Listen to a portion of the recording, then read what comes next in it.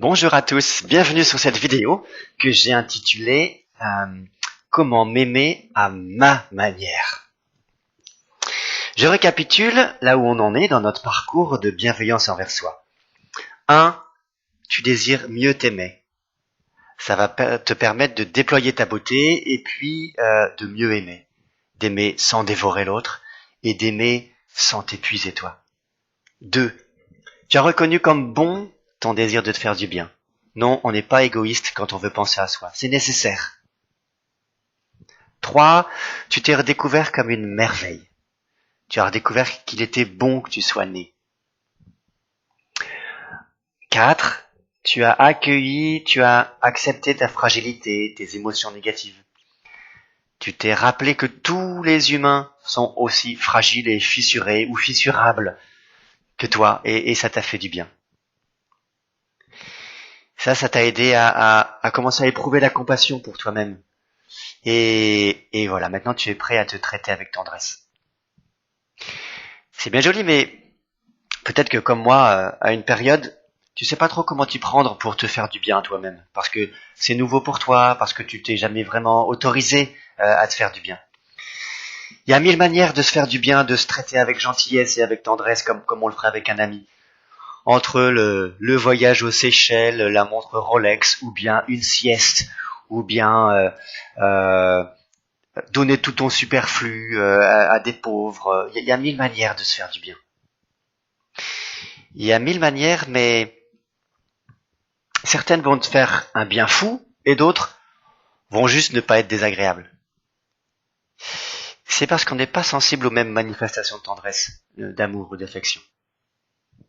On pourrait dire qu'il y a peut-être des millions, des manières différentes de montrer son amour. Mais non. Gary Chapman, dans son livre notamment Les langages de l'amour, il en dénombre 5. 5, pas plus. Nous, humains, on a 5 manières de montrer son amour aux autres, son affection ou son amitié. Et il y a 5, comment dire, ça marche dans le sens de montrer son amour, mais aussi de recevoir de l'amour. On n'est pas tous sensibles aux mêmes manifestations d'amour et d'affection. On a en général un langage d'amour ou 2 langages d'amour privilégiés. Alors si je connais le langage d'amour qui me parle le plus, alors je trouverai plus facilement comment me faire du bien, comment me montrer de la bonté et de la tendresse. Ces langages d'amour, les voilà. Pour me sentir aimé, je peux être par exemple sensible aux paroles valorisantes, aux compliments. Oh, t'es belle dans cette robe. Je te fais confiance, t'es quelqu'un de bien. Voilà, je peux être très sensible à ça. Les paroles valorisantes. 2, le toucher. Certaines personnes, quand on va leur dire oh t'es belle dans cette robe, ça va faire plaisir, mais sans plus. Mais si on les embrasse, si on leur fait un câlin, si un ami pose la main sur ta main ou bien sur ton épaule, alors tu vas te sentir encore plus aimé. Ça, c'est les personnes qui sont sensibles au langage du toucher. Paroles valorisantes, le toucher, les services rendus. Je vais me sentir apprécié quand, par gentillesse, on va me rendre service. Quand on va faire à ma place des tâches qui me saoulent. Voilà. Certaines personnes sont sensibles au service rendu. Ensuite, 4e langage, les moments de qualité. Je vais me sentir aimé quand ma femme va mettre de côté son téléphone ou son ordinateur pour passer un vrai moment avec moi. S'asseoir dans le canapé, discuter, ou se faire un câlin sans être dérangé par le téléphone ou quoi que ce soit. Les moments de qualité. Paroles, toucher, service rendu, moments de qualité et cadeaux. Certaines personnes sont très sensibles aux cadeaux. Ils vont se sentir vraiment appréciés, vraiment aimés quand on va leur faire des cadeaux. Petits ou gros, peu importe, mais recevoir un cadeau. La question maintenant c'est, d'abord, comment savoir quel est mon langage d'amour privilégié? À quel langage je suis le plus sensible? Ça, c'est la première étape. Et la deuxième, c'est, connaissant ce langage-là, de quelle manière je vais pouvoir me montrer de la bienveillance pour que ça me touche vraiment. Alors, allons-y. Alors, je vais donner pas mal d'exemples Ça va faire beaucoup de choses, beaucoup de pistes. Alors si vous voulez retrouver ça par écrit, je vous propose d'aller voir mon site internet anestio.fr, anestios, A-N-E-S-T-I-O.fr. Vous verrez dans l'onglet méditation, autocompassion, bienveillance envers soi, vous trouverez ces 5 langages d'amour. Premier langage donc, les paroles valorisantes et les compliments. Comment savoir si c'est le langage qui me touche le plus? Je vous pose cette question. Quelle est la dernière fois où tu t'es senti vraiment aimé? Si c'est quand quelqu'un t'a dit « Oh, t'es quelqu'un de bien. Oh, t'es belle. Oh, qu'est-ce que t'es intelligent. » Il y a des chances que ton langage privilégié soit les paroles valorisantes, les compliments. Autre piste, quand on me complimente, est-ce que ça te touche vraiment? Si on te dit « Tu es belle dans cette robe, je crois en toi », est-ce que ça te touche vraiment? Une autre manière de savoir, c'est en creux. Si les critiques des autres t'affectent vraiment beaucoup, c'est que tu es sensible aux paroles valorisantes. Si tu aimerais que ton amoureux ou ton amoureuse te dise plus « je t'aime » avec des mots, voilà, c'est peut-être que ton langage d'amour privilégié, c'est les paroles valorisantes. Alors, si c'est ton langage, comment te montrer de la bienveillance quand tu es seul avec toi-même? Quelques pistes. Devant le miroir, tu te donnes des compliments. T'es beau, t'es une merveille, j'aime ton sourire. Ou bien, tu as du prix à mes yeux et je t'aime. Autre piste, te féliciter. Quand tu as réussi quelque chose qui était difficile, te féliciter. Ou bien te souhaiter du bonheur, te souhaiter de la santé, la sérénité, voilà, te souhaiter quelque chose. Ou bien te remercier pour tes qualités, ou te féliciter pour tes qualités. Enfin, comment te montrer de la bienveillance quand tu es accompagné? Eh bien, par exemple, goûter vraiment les compliments qu'on te fait. Ne pas les ventiler. Ne pas se dire oh c'est rien, oh non non, ça c'était une chouette présentation, mais je l'ai préparé avec un tel, c'est lui qui a tout le mérite. Tu trouves que je suis belle dans cette robe? Oh non, je me trouve affreuse. Voilà. Non non, tu goûtes les compliments qu'on te fait. Tu souris, tu dis merci. Ou bien tu les écris pour pouvoir les relire éventuellement. Ah, un tel m'a dit que j'étais une belle personne. Si c'est des compliments qui sont faits par écrit, eh ben garde-les. Si c'est un SMS, garde-le. Relis-le de temps en temps. Autre piste, avoir la simplicité de demander des paroles valorisantes. Est-ce que tu peux me dire les qualités que tu me trouves? Enfin, une autre piste, c'est de montrer de ton affection aux autres. Et ça suscitera probablement une réponse, peut-être sous forme de paroles valorisantes. Voilà pour le premier langage, les paroles valorisantes ou les compliments. Ensuite, deuxième langage, les services rendus. Comment savoir si c'est mon langage? Comment savoir si c'est cette manière-là de recevoir de l'affection qui va me toucher le plus? Je te pose cette question. Quelle est la dernière fois où tu t'es senti vraiment aimé? Si c'est quand quelqu'un t'a rendu un service, a fait par gentillesse quelque chose qui te saoulait, si ça t'a vraiment touché, il y a des chances que ce soit ton langage. Autre piste, tu te sens reconnu, apprécié, aimé quand on te rend service. Quand quelqu'un fait à ta place, par gentillesse, une tâche qui te plaît pas. Le repassage, la paperasse, le bricolage, taper un rapport, que sais-je. Ou bien en creux, tu te sens pas aimé quand tu tapes toutes les corvées et que personne ne lève le petit doigt. Si vraiment ça t'affecte, c'est probablement que ton langage d'amour privilégié, c'est le service rendu. Si tu te retrouves là-dedans, Alors comment te montrer de la bienveillance de manière vraiment impactante? Eh bien, d'abord, quand tu es seul avec toi-même, comment tu peux te rendre des services? Exemple, prendre de la distance avec une personne qui te tire vers le bas. Ou bien te former pour changer de métier ou changer de poste. Ou bien te faire suivre par un thérapeute ou te faire accompagner. Ça dépend de toi et c'est quelque chose qui peut te rendre service. Enfin, comment te montrer de la bienveillance quand tu n'es pas seul avec toi-même, mais en relation avec d'autres? Ça peut être par exemple demander à partager les tâches ménagères dans le couple. Demander simplement. Ou bien apprendre à demander de l'aide. Demander aux voisins d'accrocher l'étagère. Ça peut être aussi payer occasionnellement une aide à domicile, 1 heure de ménage par semaine par exemple. Ça peut être demander aux parents ou aux grands-parents de garder les enfants pour un break hebdomadaire ou un week-end par mois. Ça te rendrait service peut-être. Bien, en tout cas, tu susciterais un service qui te serait rendu. Ça peut être aussi aller chez Picard ou à la pizzeria du coin occasionnellement pour pas cuisiner aujourd'hui parce que t'es crevé. Et même si, euh,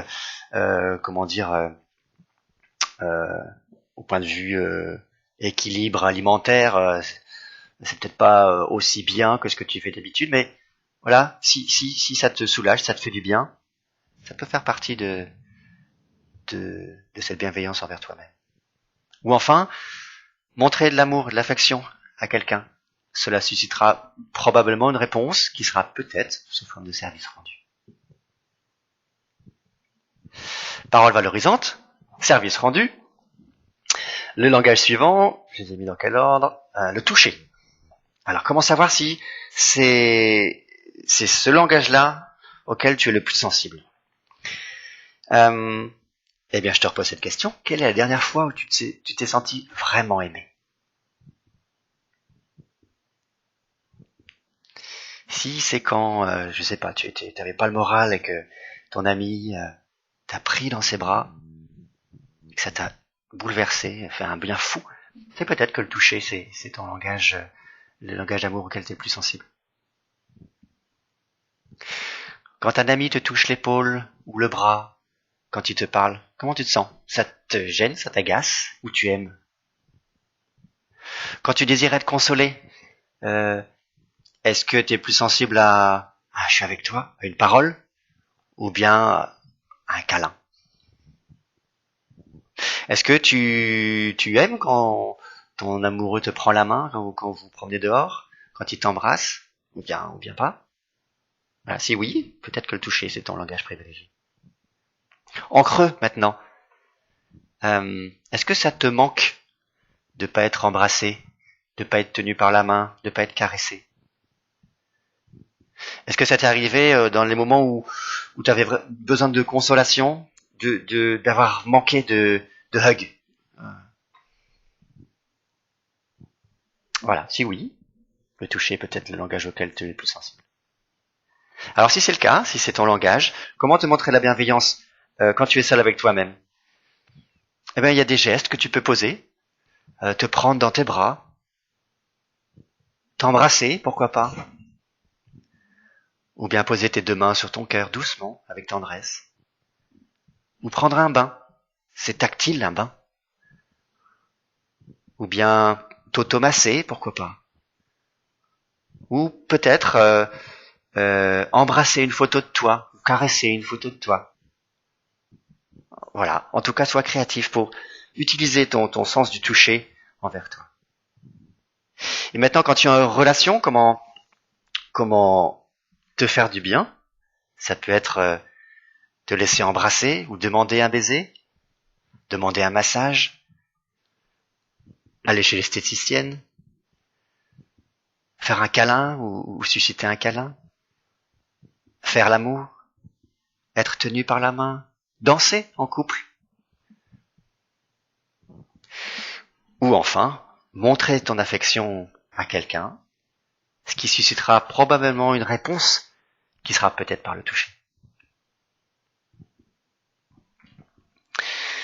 Voilà, parole valorisante, service rendu, touché, et maintenant les moments de qualité.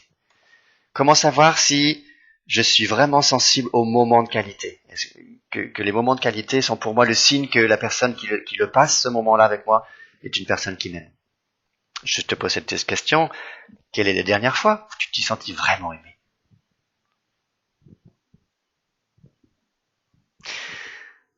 Si c'est quand ton amoureux s'est assis sur le canapé un soir en coupant son ordinateur, son téléphone, et ça a duré un quart d'heure ou une heure, c'est peut-être que c'est ton langage. Est-ce que tu aimes passer du temps avec ce que tu aimes? Est-ce que tu aimes être invité? Est-ce que tu aimes inviter ceux que tu aimes?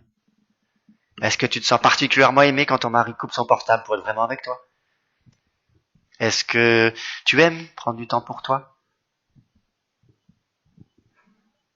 Ou en creux, est-ce que ça t'insupporte quand ton mari t'écoute pas vraiment, quand il n'y a pas le temps de s'asseoir avec toi, de parler avec toi, de marcher avec toi, sans téléphone ou sans les potes? Si ça te manque, c'est peut-être que le moment de qualité est ton langage. Alors si c'est ton langage, comment te montrer la bienveillance de manière impactante?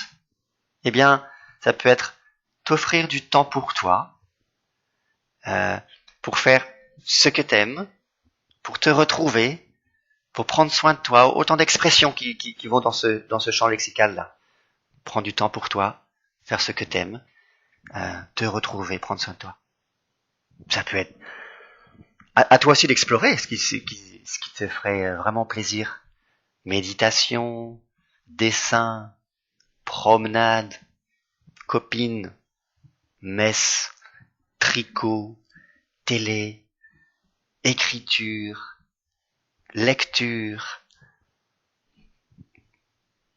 Prends du temps pour toi. Allez faire du cheval. Prends du temps pour toi. Dormir. Et maintenant, comment te montrer de la bienveillance quand tu es en relation? Eh bien, en suscitant des moments de qualité avec ceux que tu aimes. Et un conseil, oui, en les programmant sur l'agenda. Voire en les instituant en habitude. Avec ma femme, on a décidé depuis notre mariage que le lundi soir, c'est notre soirée. C'est notre moment de qualité de couple.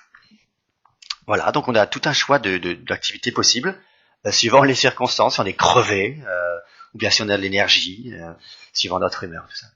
Donc susciter des moments de qualité, les programmer, voire les instituer, et ensuite les protéger et les prioriser.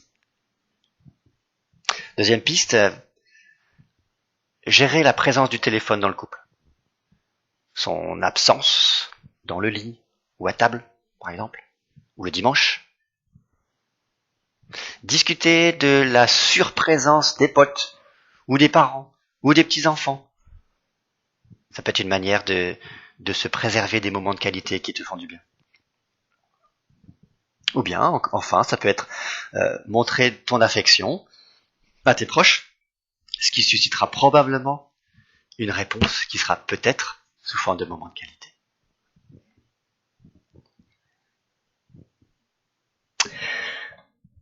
Enfin, les cadeaux. Dernier langage. Est-ce que recevoir des cadeaux est la voie royale pour toi pour te sentir aimé? Comment le savoir? Déjà cette question encore. Quelle est la dernière fois où tu t'es senti vraiment aimé? Si c'est quand on t'a fait un cadeau, c'est peut-être ta voie privilégiée. Est-ce qu'en général tu te souviens des cadeaux qu'on te fait? Si oui, c'est peut-être ton langage d'amour. Est-ce que tu es vraiment touché quand on te fait des cadeaux? Est-ce que tu les gardes? Même les colliers de nouilles des enfants? En creux, est-ce que ça t'affecte quand on ne te fait pas de cadeaux? À Noël, à ton anniversaire, etc. Si ça t'affecte vraiment quand on ne te fait pas de cadeaux, c'est probablement que c'est ton langage privilégié. Alors si ça l'est, comment te montrer la bienveillance de manière impactante? Eh bien, si tu es seul, ça peut être t'offrir des cadeaux, ou te fabriquer des cadeaux. Prendre du temps pour, je sais pas, pour faire un collage pour toi et te l'offrir. Te faire des petits plaisirs. Oubliez quand c'est nécessaire les mots raisonnable, utile, pas cher. Oubliez quand c'est nécessaire les mots raisonnable, utile, pas cher. Et enfin, comment te montrer la bienveillance quand tu es en relation? Ça peut être aiguiller ceux qui ne savent pas trop quoi t'offrir. Leur susciter des idées sur le type de cadeau qui te touche. Exprimer ton plaisir particulier de recevoir des cadeaux. Si ton compagnon, sa manière à lui d'exprimer l'amour, c'est le toucher, il va pas penser spontanément à te faire un cadeau pour ton anniversaire. Il va peut-être plutôt te proposer un massage. Voilà. Et donc, dis-lui simplement, moi j'aime tes massages, mais je me sens encore plus aimé quand tu me fais des cadeaux. Voilà, c'est le dire simplement. Et enfin, donc, montrer de l'affection à ceux que tu aimes, ça suscitera probablement une réponse qui sera peut-être sous forme de cadeau. Voilà. Donc, comment savoir quel est ton langage d'amour privilégié, le langage auquel tu es le plus sensible? Déjà, peut-être, essaie de te souvenir des 5 langages. Peut-être que le langage qui sera le plus frais dans ta mémoire, c'est celui qui t'a touché. Et ce serait peut-être ton langage d'amour.